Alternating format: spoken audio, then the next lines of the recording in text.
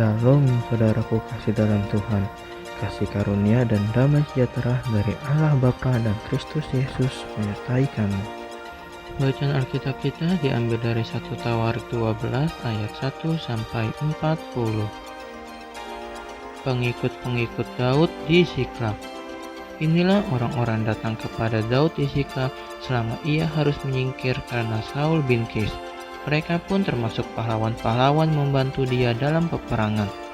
Mereka bersenjatakan panah dan sanggup melontarkan batu dan menembakkan anak-anak panah dari busur dengan tangan kanan atau tangan kiri. Mereka itu dari saudara-saudara sesuku Saul dari orang Benyamin. Abiezer kepala dan Yoas anak-anak Sema orang Gibea, Yeziel dan Pelet anak-anak Asmawet, Beraka dan Yehu orang Anatot, Ismaya orang Gibeon, seorang pahlawan di antara ke-30 orang itu, yang mengepalai 30 orang, Yeremia, Yehazia, Yohanan, dan Yozabadat orang Gedera, Eluzai, Yerimot, Belia, Semaria, dan Sefaka orang Harufi, Elkana, Hisia, Azarel, Yozer, dan Yasobam orang-orang Korah, Yola, Zebaja, anak-anak Yeroham dari Gedor, juga dari orang Gad apa yang memisahkan diri dan pergi kepada Daud ke kubu di padang gurun, yakni pahlawan-pahlawan yang gagah perkasa, orang-orang yang sanggup berperang yang pandai menggunakan perisai dan tombak, dan rupa mereka seperti singa dan cepatnya seperti kijang di atas pegunungan. Ezer kepala, Obaja orang kedua, Eliab orang ketiga, Mismana orang keempat, Yeremia orang kelima, Atai orang keenam, Eliar orang ketujuh, Yohanan orang kedelapan, Elzabadat orang kesembilan, Yeremia orang ke-10, Makbanai orang ke-11. Mereka itulah dari Bani Gad, kepala-kepala pasukan, satu orang yang paling kecil sanggup melawan 100 orang, dan yang paling besar sanggup melawan 1000 orang. Mereka itulah menyeberangi sungai Yordan di bulan pertama, sekalipun sungai itu meluap sepanjang tepinya, dan mereka menghalau seluruh penduduk lembah ke sebelah timur dan ke sebelah barat. Sebagian dari Bani Benyamin dan Yehuda datang kepada Daud di kubu itu, lalu keluar Daud menyongsong mereka, berkatalah ia kepada mereka, "Jika kamu datang kepadaku dengan maksud damai untuk membantu aku, maka aku rela bersekutu dengan kamu. Tetapi jika untuk menyerahkan aku dengan tipu muslihat kepada lawanku, sedang aku tidak melakukan kelaliman, maka biar Allah nenek moyang kita melihat itu dan menghukum kamu." Lalu roh menguasai Amasai kepala ke-30 orang itu. "Kami ini bagimu hai Daud, dan pada pihakmu hai anak Isai, sejahtera bagimu, dan sejahtera bagi penolongmu, sebab yang menolong engkau ialah Allahmu." Kemudian Daud menyambut mereka dan mengangkat mereka menjadi kepala pasukan. Juga dari Manasye ada yang menyeberang memihak kepada Daud ketika ia bersama-sama orang Filistin memerangi Saul. Sebenarnya ia tidak menolong mereka, sebab setelah mengambil keputusan raja-raja kota, orang Filistin itu menyuruh dia pergi, katanya, "Mungkin dengan taruhan kepala kita ia menyeberang memihak kepada tuannya Saul."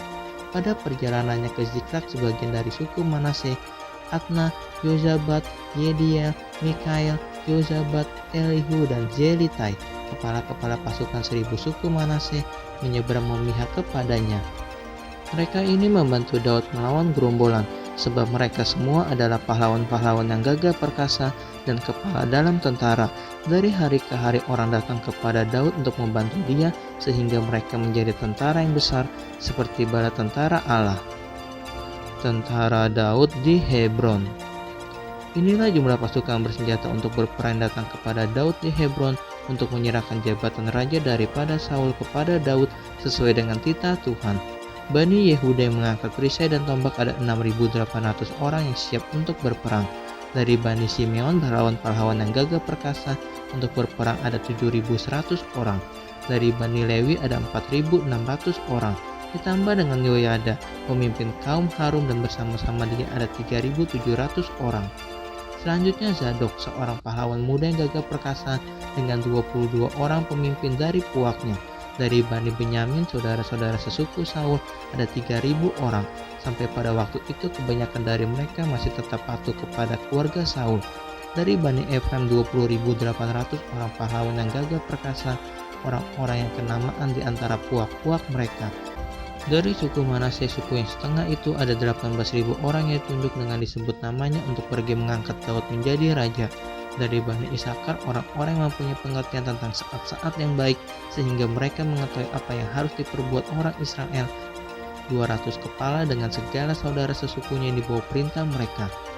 Dari Zebulun, orang-orang yang sanggup berperang, yang pandai berperang dengan berbagai-bagai senjata, 50.000 orang yang siap memberi bantuan dengan tidak bercabang hati.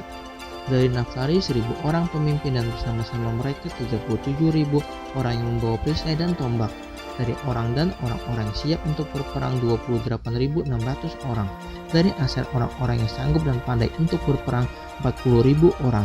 Dari seberang sungai Yordan, yakni dari orang Ruben, orang Gad, dan setengah suku Manase yang lain, orang-orang yang membawa berbagai-bagai senjata perang 120.000 orang.